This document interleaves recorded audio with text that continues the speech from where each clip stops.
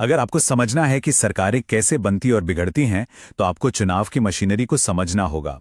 और इसका सबसे अच्छा तरीका है किसी एक बेहद करीबी मुकाबले वाली सीट की चीरफाड़ करना। आज हम उत्तर प्रदेश की बछरामा विधानसभा सीट की पड़ताल करेंगे, ये समझने के लिए कि लोकतंत्र जमीन पर असल में काम कैसे करता है। उत्तर प्रदेश के बिल्कुल बीच में बछरावा, ये सीट आप कह सकते हैं पूरे भारतीय लोकतंत्र का एक छोटा सा आईना है। यहाँ की राजनीति, यहाँ के मुद्दे और यहाँ के लोगों की उम्मीदें, ये सब हमें देश के बड़े राजनीतिक मिजाज के एक साफ झलक देती हैं। तो चलिए इस दिलचस्प कहानी में और गहराई से उतरते हैं। तो कहानी का सबसे दिलचस्प सवाल यह है, कोई भी चुनाव सिर्फ 2812 वोटों से कैसे जीता या हारा जा सकता है। यह महज एक नंबर नहीं है, यह एक पहेली है, और इसका जवाब हमें रणनीति, शासन और लोगों की आवाज के बारे में बहुत कुछ सिखाएगा। चलिए सबसे पहले इस इलाके के मिजाज को समझते हैं। बछरावा एक ऐसी जमीन है जहां की राजनीति स्थिर नहीं है। यहां राजनीतिक वफादारी बहुत तेजी से बदलती है।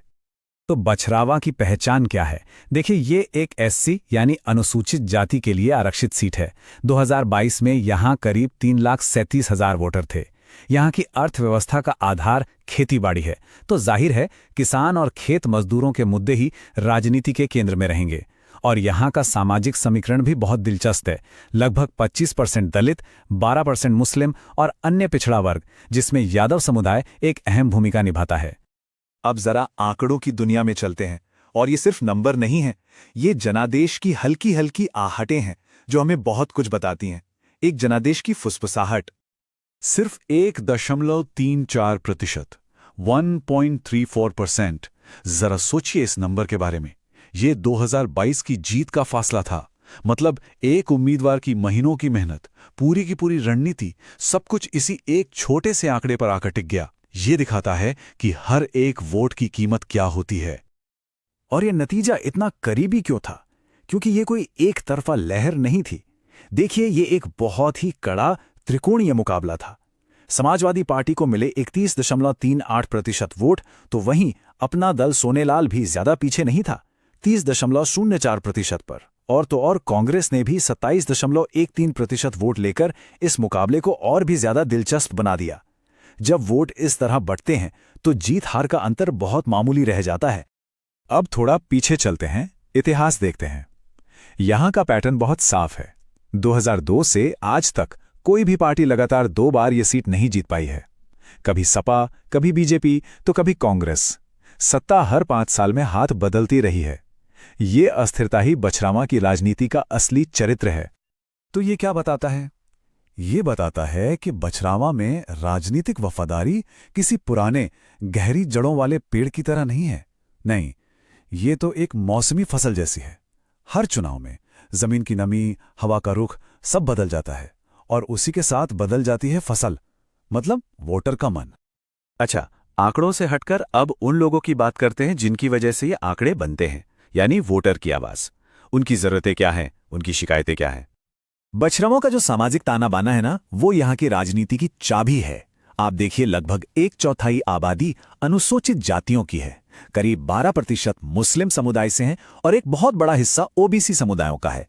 यही वो समीकरण है जिन्हें हर पार्टी हल करने की कोशिश में लगी रहती है। तो इन लोगों की, इन समुदायों की सबसे बड़ी परेशानियां क्या हैं? लिस्ट देखिए। रोजगार, खेती में मदद, टूटी फूटी सड़कें, बिजली की कटौती और पानी की समस्या। ये वो असल मुद्दे हैं जो हर रोज की जिंदगी पर असर डालते हैं, और यही मुद्दे अक्सर नतीजों का रुख मोड़ देते हैं। इन समस्याओं को एक आम नागरिक के शब्दों में सुनिए। हमारी सड़कें और पुल जरा सी बारिश में ही जवाब दे जाते हैं। ये सिर्फ एक लाइन नहीं है, ये सिस्टम की नाकामी का वो सच है जिसे लोग हर दिन जीते हैं। देखिए, असली शासन बड़े बड़े वादों में नहीं, बल्कि लोगों के रोजमर्रा के जीवन के सम्मान में मापा जाता है। True governance is measured in the dignity of daily life. सड़क की क्वालिटी ये सिर्फ तारकोल और गिट्टी का मामला नहीं है, ये इस बात का प्रतीक है कि सरकार अपने नागरिकों का कितना सम्मान करती है। अब हम चुनाव के उस हिस्से की बात करेंगे जो कैमरों की नजर से दूर होता है, लेकिन शायद सबसे अहम है, पार्टियों का जमीनी संगठन, द अनसीन ग्राउंड गेम। नतीजों पर संगठन का असर साफ दिखता है। एक तरफ समाजवादी पार्टी है जिसका बूथ लेवल मैनेजमेंट और डिजिटल गेम थोड़ा हल्का नजर आता है, वो ज्यादातर अपने पुराने नेटवर्क्स पर निर्भर हैं। दूसरी तरफ एनडीए है, बीजेपी और अपना दल, जिनकी जमीन पर मौजूदगी मजबूत है। लगातार नुक्कड़ सभाएं होती हैं और सोशल मीडिया पर उनकी पकड़ जबरदस्त है। यही फर्क अक्सर जीत हार तय कर देता है। तो हमने समस्या समझ ली, अब समाधान की बात करते हैं। कोई भी पार्टी यहां अपनी पकड़ कैसे मजबूत कर सकती है? शासन तक पहुंचने के लिए एक इंजीनियरिंग प्लान क्या हो सकता है? ये रहा एक 90 दिन का एक्शन प्लान। इसे 3 हिस्सों में बांटते हैं। पहला फेज D90 से D60 यानी नींव डालना। इसमें पुराने बूथ नतीजों का ऑडिट करें, सोए हुए कार्यकर्ताओं को जगाएं और उन इलाकों की पहचान करें जहां वोटर का मन बदलता है। दूसरा फेज D60 से D30 मतलब जमीन पर उतरना, घर घर जाके कैंपेन करें, रोजाना जनसंवाद करें। और आखिरी फेज D30 से D0 यानी पीक मोबिलाइजेशन, बड़ी रैलियां, वोटर लिस्ट का वेरिफिकेशन और इलेक्शन के दिन के लिए एक मजबूत कंट्रोल रूम। और इस पूरे प्लान को ताकत देने के लिए 4 मजबूत खंभे चाहिए। पहला, डिजिटल, हर बूथ पर व्हाट्सएप ग्रुप्स हों और लोकल भाषा में कंटेंट बने। दूसरा, मैसेजिंग, सामाजिक न्याय और स्थानीय मुद्दों पर फोकस, बिल्कुल साफ और सीधा। तीसरा, गठबंधन, सहयोगियों के साथ मिलकर काम करें ताकि वोट ना बटे। और चौथा, रिसोर्स, इस जैसी मार्जिनल सीट पर पैसा और लोग दोनों झोंकने पड़ते हैं। एक बात हमेशा याद रखनी चाहिए, राजनीति में बिना डेटा के बनाया गया प्लान सिर्फ एक राय होती है, लेकिन बिना सहमति के बनाया गया प्लान भरोसे को तोड़ता है। In politics, a plan without data is just an opinion, and a plan without consent is a violation of trust. आज के दौर में डेटा का इस्तेमाल जरूरी है, पर यह पूरी जिम्मेदारी लोगों की प्राइवेसी और उनकी सहमति के सम्मान के साथ ही होना चाहिए। तो चलिए, अब बचरावा की इस कहानी से मिले सबक को पूरे भारतीय लोकतंत्र के चश्मे से देखते हैं। यहां से हम क्या बड़े सबक सीख सकते हैं?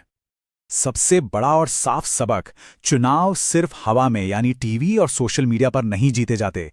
चुनाव जमीन पर जीते जाते हैं, एक एक इंसान से बात करके, एक एक बूथ को मजबूत करके।